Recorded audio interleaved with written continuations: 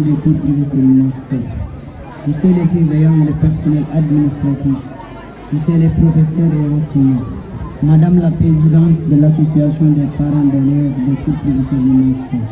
Chers parents, chers camarades élèves, des cours privés, c'est l'immense fait et l'ensemble des élèves des établissements de la commune, mesdames, messieurs, les invités, c'est avec un immense plaisir que nous vous saluons et vous souhaitons la bienvenue dans notre établissement. Le gouvernement scolaire, par ma voix et par ma modeste personne, vous remercie de votre présence. Et nous sommes très honorés de vous recevoir en cette journée marquant la cérémonie de clôture des activités du gouvernement scolaire de notre établissement. Mesdames, messieurs, honorables invités, je profite de cette occasion pour sensibiliser la jeunesse, plus particulièrement mes camarades élèves, sur l'utilisation des plateformes telles que Facebook, WhatsApp, Snapchat, Twitter et récemment TikTok. Si chacun d'entre eux a sa particularité, leur point commun réside dans le fait que l'utilisateur du réseau fournit ses données personnelles de manière volontaire ou involontaire.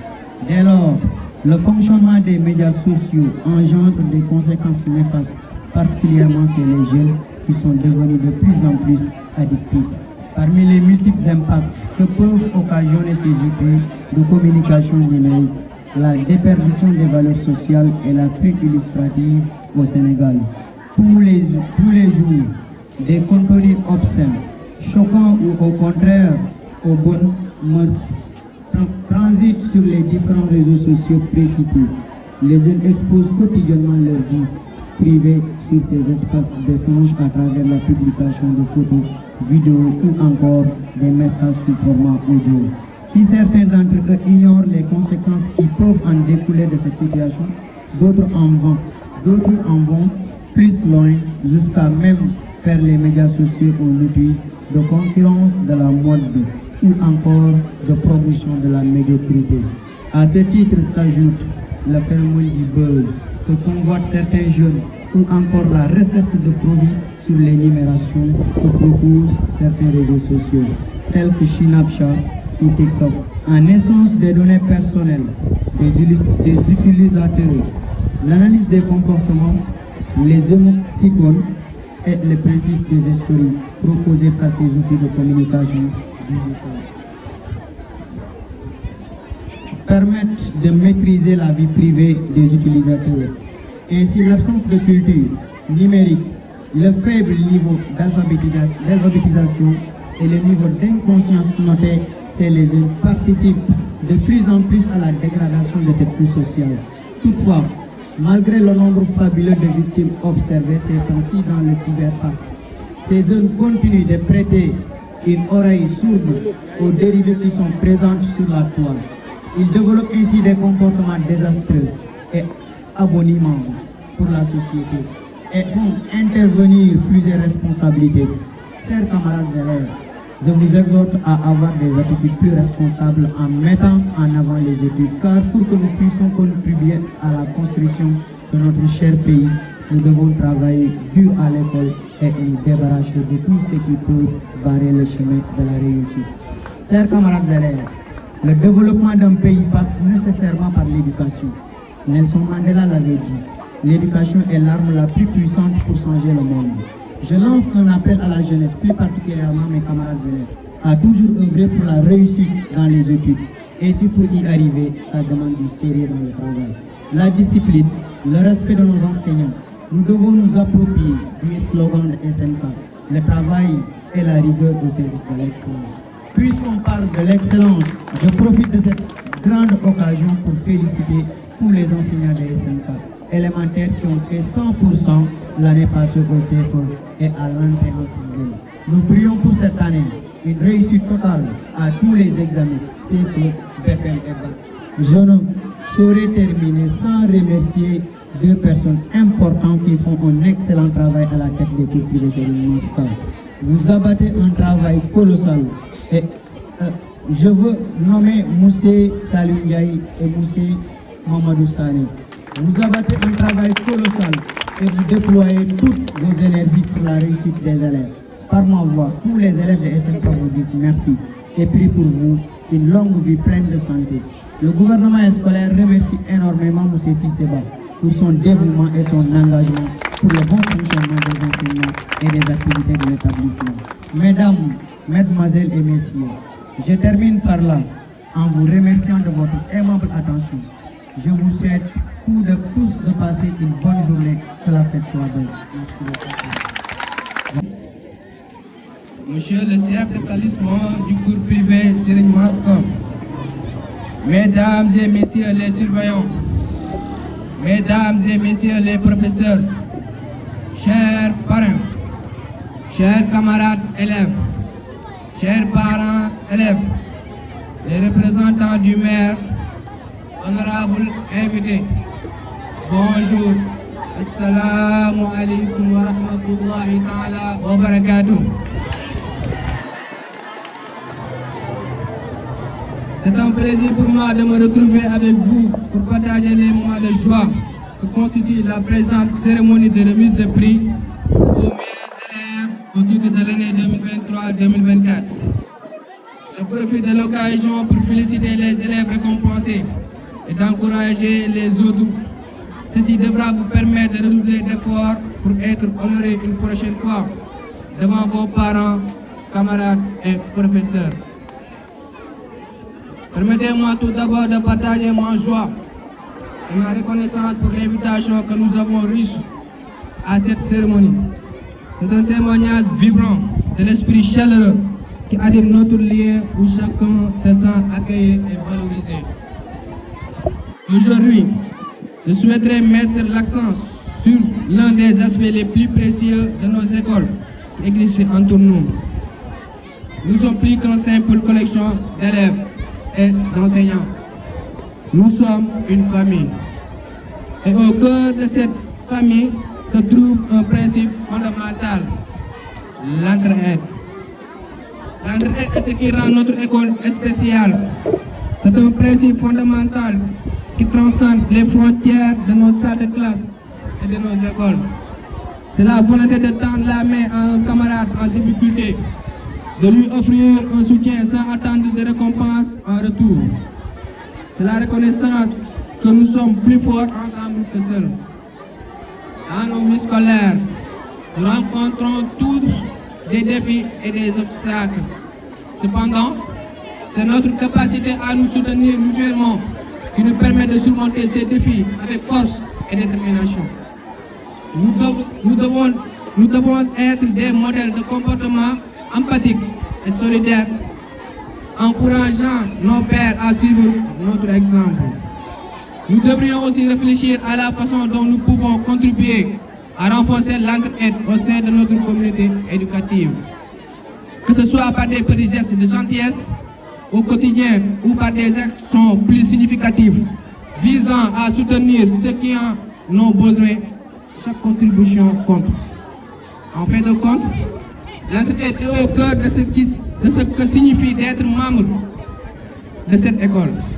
Je tiens à exprimer ma gratitude envers chacun d'entre nous pour notre engagement envers l'entraide et pour notre dévouement à faire de notre commune un endroit où chacun peut s'épanouir et réussir. Je ne pourrais pas terminer sans adresser humblement mes remerciements tous spéciaux à mes chers camarades. Mes remerciements vont aussi à l'encontre des invités qui ont effectué le déplacement pour réussir de leur présence si distinguée à l'éclat de cette journée d'excellence, mais également à l'ensemble du corps professoral qui matin et soir combattent l'ignorance en nous inculquant le savoir-faire et savoir-vivre. Je vous remercie de votre aimable attention. Que la fête soit belle. Monsieur les professeurs, chers invités, chers camarades élèves, bonjour. C'est un honneur pour moi de me tenir ici au cours privé Mamasca à l'occasion de cette journée de célébration de l'excellence. Tout d'abord, qu'il me soit permis de féliciter chaleureusement tous les élèves ici présents. Votre présence témoigne votre détermination, votre travail acharné et votre quête d'excellence. Cette journée est l'occasion de célébrer vos accomplissements, vos succès et vos progrès que vous avez réalisés tout au long de l'année scolaire. Ainsi, je m'en vais à féliciter tous les élèves qui seront décorés et encourager les autres à redoubler d'efforts, car c'est le travail fait. Rappelez-vous que l'excellence n'est pas un aboutissement final, mais un voyage perpétuel. C'est la poursuite constante de l'amélioration de soi, l'engagement vers l'apprentissage continu et le désir de faire une différence positive dans le monde qui nous entoure.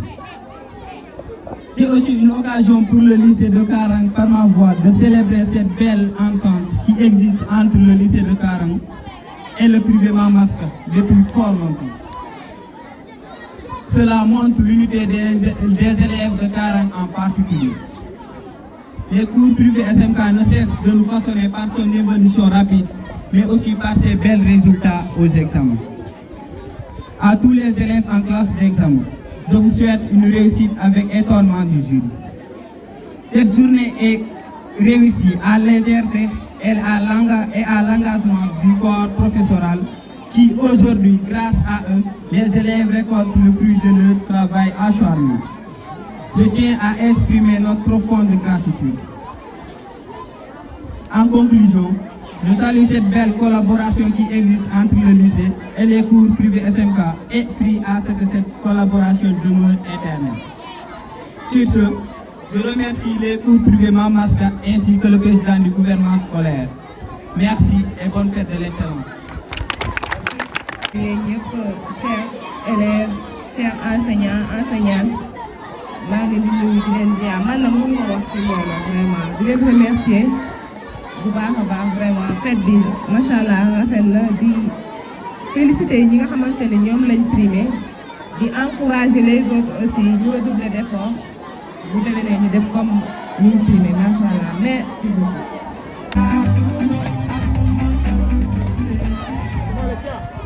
Voilà, merci à tous. J'avoue que j'ai été pris au dépourvu, mais quand même je vais placer quelques mots à l'endroit de l'assistance. Donc le cours privé Serigne Maska, c'est une famille qui est née depuis 2018. Nous avons commencé avec une classe de seconde et une classe de troisième. Et actuellement, je peux dire que nous intervenons dans toutes les classes. C'est une famille qui est née, qui grandit et qui a besoin d'être accompagnée. C'est pour cela que je loue le travail effectué par les deux directeurs, à savoir M. Sané et M. Ndiaye, mais aussi je loue le travail réalisé par le corps enseignant.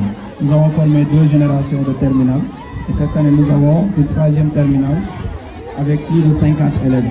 Donc par ma voix, je félicite le corps enseignant du cours privé Serigne Maska et je souhaite bonne chance à nos candidats du BFM et du BAC en espérant que nous allons avoir d'excellents résultats pour continuer à pérenniser ce plan d'excellence qui s'ouvre ici au niveau du collège Serigne Maska. Pour terminer, je voudrais féliciter ma classe, la seconde L qui a remporté les interclasses.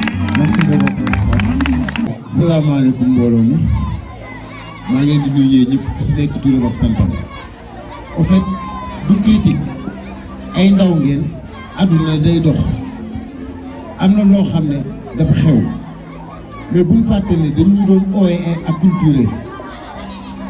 C'est le moment nag ñu wane ne amoon nañu culture bu ñëwee ñu fekk ndaw rabbi yeelaa fekk joolaa au moins ñuy toog xam ne lii la maam yi amoon ba pare nañuy valoriser te yi suñu maam yi daan sol mu nekk lu jiw parce que ñoom dañ daan sol ay ndoket dañ daan sol yore yu jot mais pourquoi léegi ñun bu ñuy bugg a fecc rek def ay jumbax aawul génne suñuy fer loolu bokkul suñu aada. Donc ndaw ñi yéen a war a valoriser suñu aada ak suñu cosaan parce que ñu doon fecc jémbe ñu leen di yóbbu mbitim réew bale yi ñu doon fecc yeelaa la bale joolaa dundumba ak mbalax loolu la tubaab bi xamul buñ ko wan li nga xam ne moom moo ko moom nañ ko wan nañ moomal suñu bopp maa ngi jégalu si kàddu yi bu ñagasee rek dama waxee xol. Kàddu yi rafet na kàddu yi rafet na.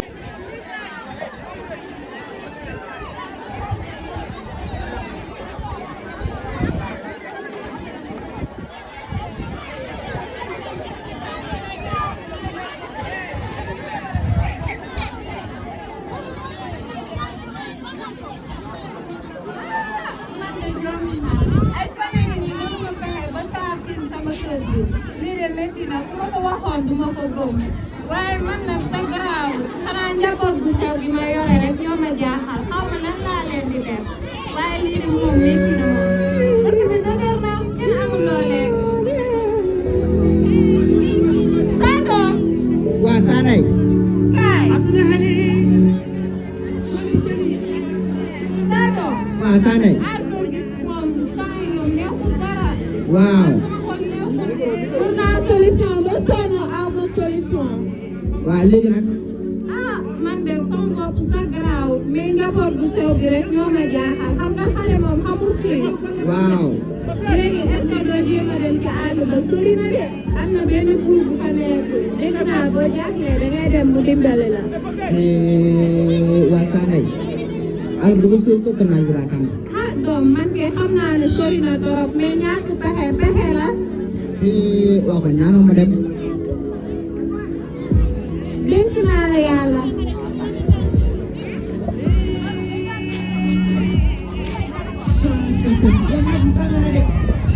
maa ngi toog ba si kanam sax moo bëri tuuti. ah maa ngi gis fii benn grand baa dem laajte ko. salaamaaleykum. taxawal foo jëm. waaw seet ma buur laay seetee. ban buur. ah buur siin. waaw xaaral ma noonu ma ñëw. buur am na ku la doon seet.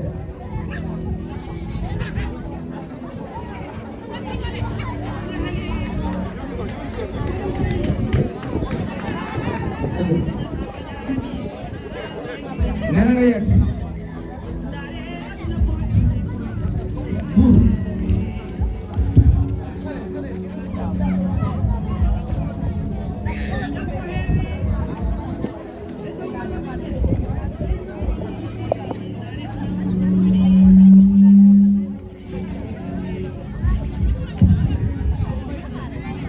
yow kan la ak foo jugee yow.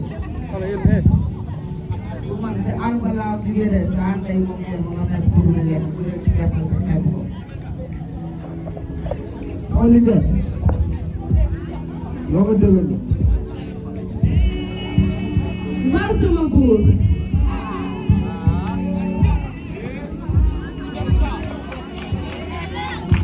sama buur. jëmm ji ma gis. tey nag sama xel lool. kii sàcc la may ndiru.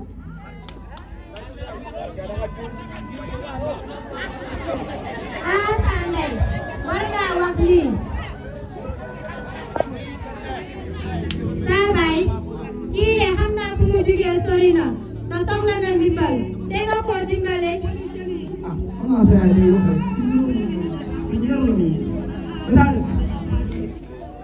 aywa.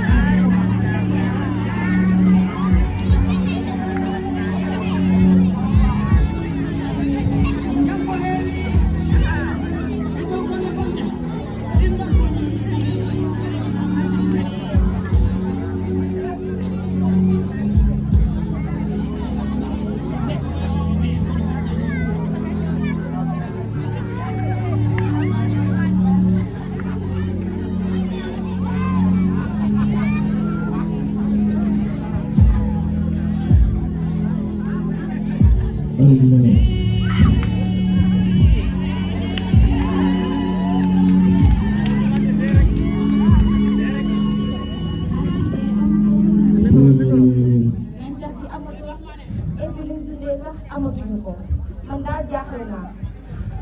àll baa ngi noonu nag tey day seet suba mun naa xam.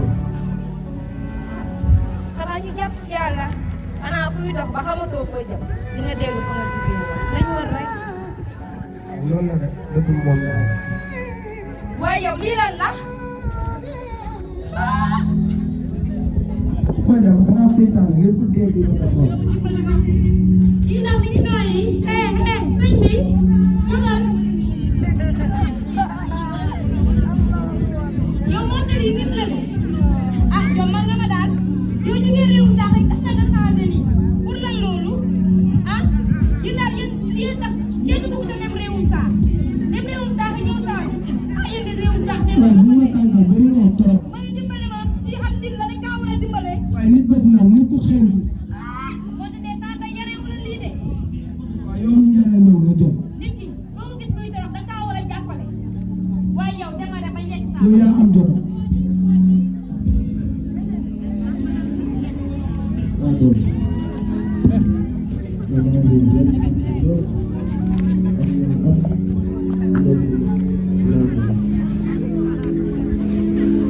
yow doo tëri ma ne ngay xulle nii rek yow xanaa xulle nga jàngee Dakar loolu mënul. ah yow bon nga de te nii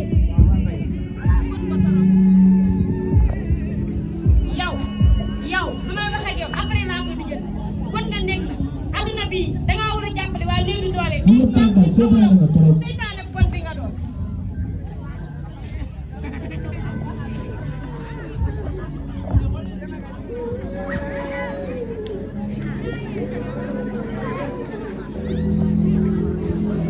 jërëjëf doom.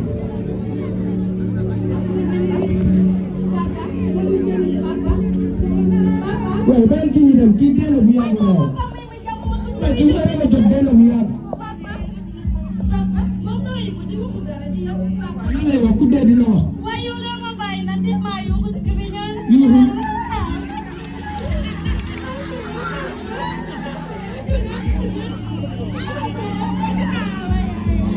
waaye jugal ñu dem waaye.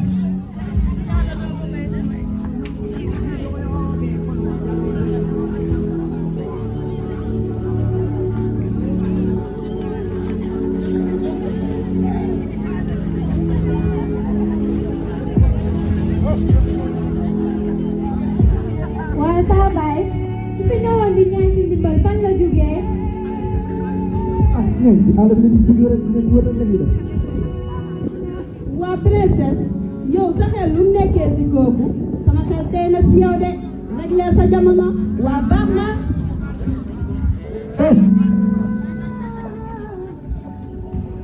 am na lu xew si àll bi de lu ma yëg nii jàmm de. waaye saa baay lan moo xew. am na lu xew si àll bi daal lu ma yëg nii jàmm de. ay sama buur sa yaram moo tàngati rek dara xewul toogal nga dalal sa yaram ah saa ndey saa baay de lu wax lu nekk am na fu mu ko teg. Masane Nambour dama ci àll ba xoolal man lu ma yëg sama yaram bi jàmm. waaw baax na maa ngi daw léegi ci ñëw. bon jugal ñu dem waaye jugal ñu dem. dem kii lu ko daal. saa kii dañ kaa fekk fi mu dem. da ñuy rey nii léegi. kii dañ kaa fekk fi mu dem. dina ko rey laa wax. kii reyuñ ko yow la kan sax benn benn. bàyyi ma man pour ma la yónni.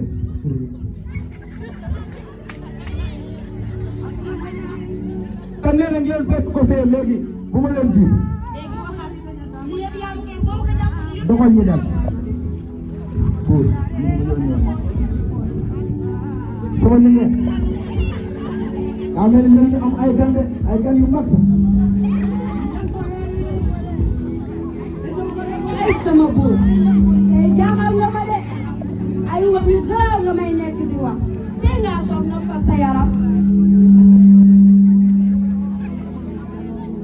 buur àll bi ma yónni woon dem naa fa ñii laa fa fekk waaye benn ñëw laa leen fekk ñu tiim ñu nañ yegg buur nee na ngeen yegg. salaamaaleykum. sukk leen way tëddee seen bopp yi.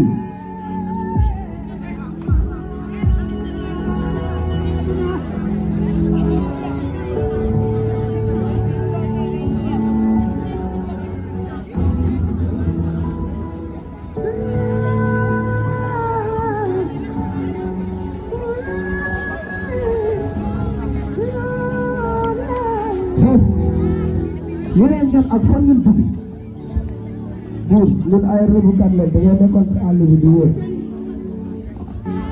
kon ku kaay si àll bi yéen ko rek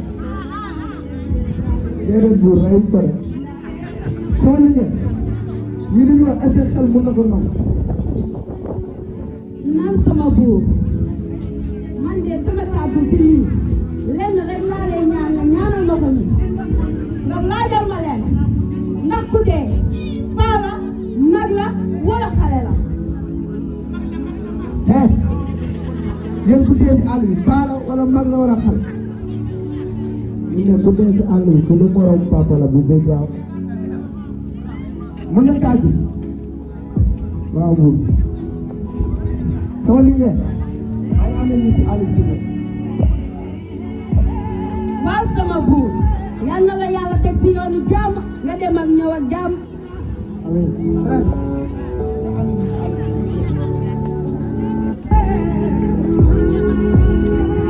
papa damay ànd ak yow. toogal si kër gi maa ngi ñëw léegi sama liggéey bu ko dara jot dégg nga lekk ba suur na naan ba màgg dara su ko xajalee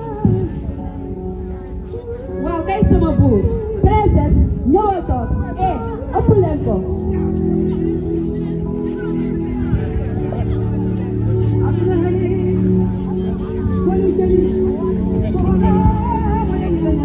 sukk leen laa wax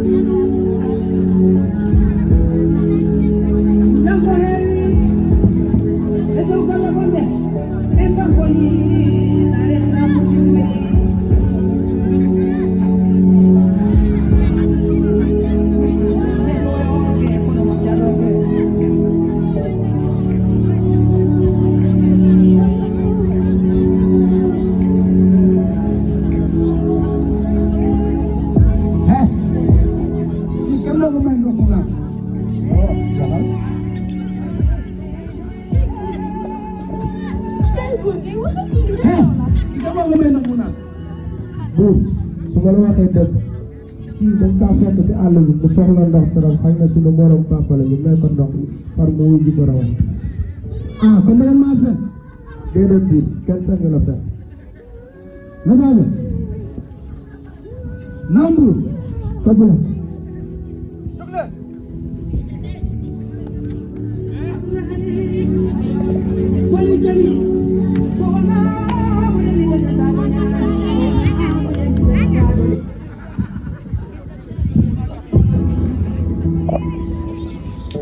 sama liggéey ñii lañ fekk si àll ba ñoo rey léegi leen suuf waaw sama buur li ngay wax yéeme na de kon li nga doon wax ci suba ba tey moom moo am kay waaye bés gi tey def naa leen samay jaam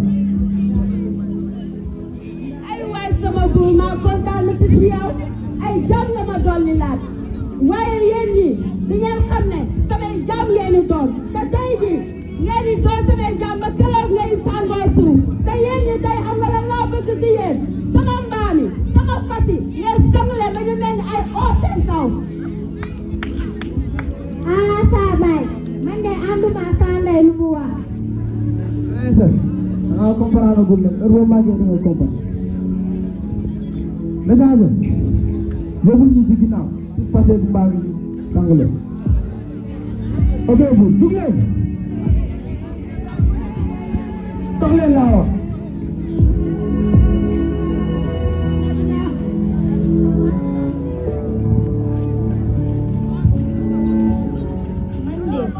gëm naa ni ndax yàlla moom da lay topp rek ba sa biir bàmmeel li ma dimbalee sama njaboot laa doon wut tey ba ñëw fii ñu fas yéene ma féetee te sama njaboot bi ay xale doomu lañ te xaw ma kenn kan moo leen di téye ci biir kër ga man daal jaaxle naa sama doom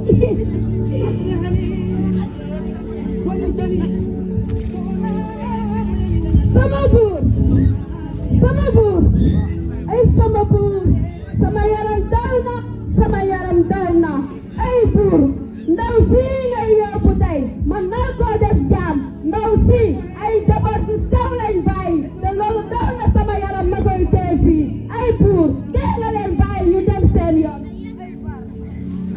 lañ yor fii xaaral ma ñëw bagage bagage nambu kay ñu ngi yóbbu sànq ñeneen ñu ñëwaat wéy leen bu da ngeen dox mu gaaw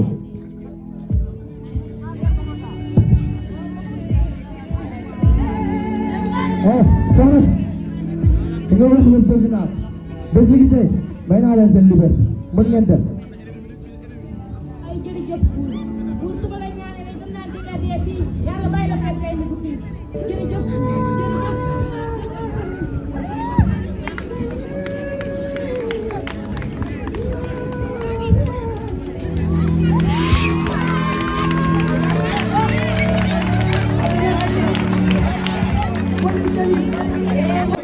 Mais jamais ne pleure. Les mots tournent le plus grand et pleurent. Les mots n'ont pas les mêmes sens, mais souvent ils traduisent le même terme. Nous avons les mêmes yeux, mais pas les mêmes regards. Nous avons le même reptile sur le soleil, mais parfois ça sert au miroir.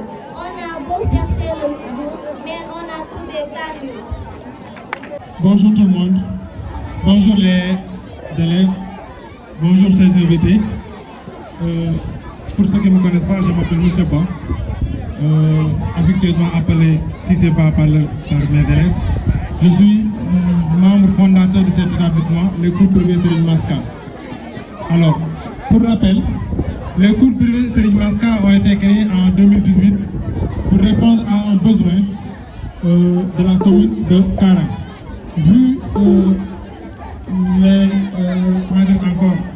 le nombre d'élèves qu'on trouve dans le public, nous avons jugé nécessaire de créer une école privée pour accueillir le surplus d'élèves et décongestionner un peu les écoles publiques.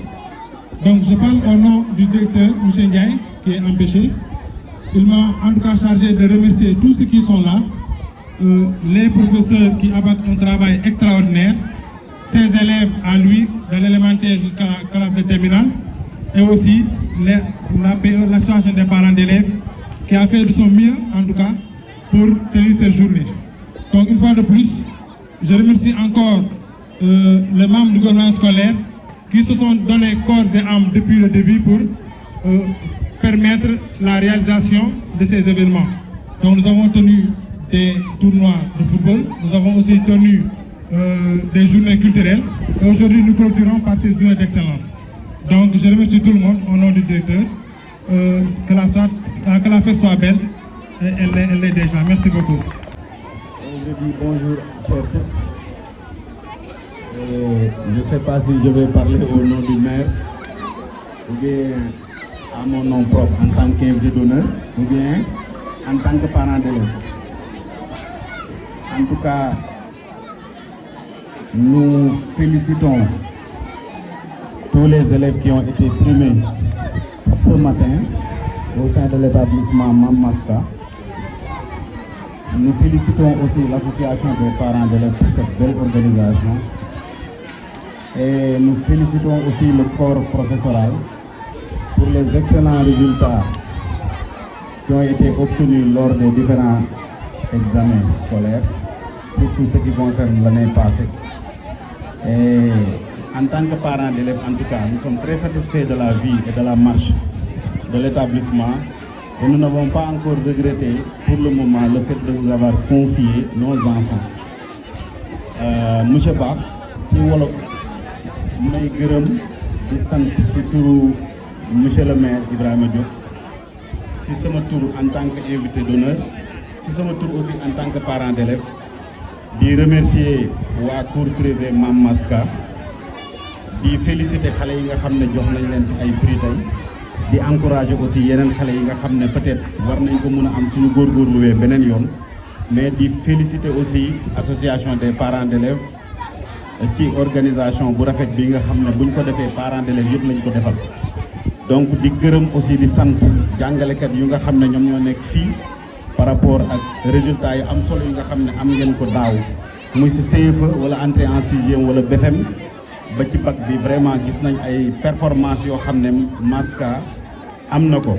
Di leen ñaanal aussi loolu yàlla na sax année ren bi aussi yàlla na gën fête bi neex na ba pare di leen féliciter di ñaanal aussi déwén incha allah mu gën a neex di jégalu aussi un peu si suñu retard parce que dañu xawoon génn tuuti kaarang loolu kese la mais Maska moom wax dëgg yàlla suñu école la moo tax sànq ma naan monsieur Ba xaw ma ndax damay wax si turu monsieur le maire wala damay wax si turu en tant que parent d'élève parce que li ñu am ci xale yëpp ñuy jàng ñu ngi ci école bii loolu la yàlla dogal te rëccuwuñu wax dëgg yàlla li ñu leen doon confier li gën a cher ci ñun mooy suñu ay doom parce que gis nañ taxaw bi ngeen leen taxaw te loolu su fekkee am na rek administration bu dëgër moom moo ko def mais aussi jàngalekat yu nga xam ne ils sont rompus à la tâche moo xam ci élémentaire bi la jaar ci collège bi ba ci lycée bi képp kuy jàngalekat wax dëgg yàlla maa ngi lay gërëm di la sant di la ñaanal aussi ngeen gën a am wér gën a am taxaw parce que yéen a ngi taxaw suñu doom yi jërë ngeen jëf merci beaucoup Mamour merci beaucoup monsieur Ba. Voilà, merci.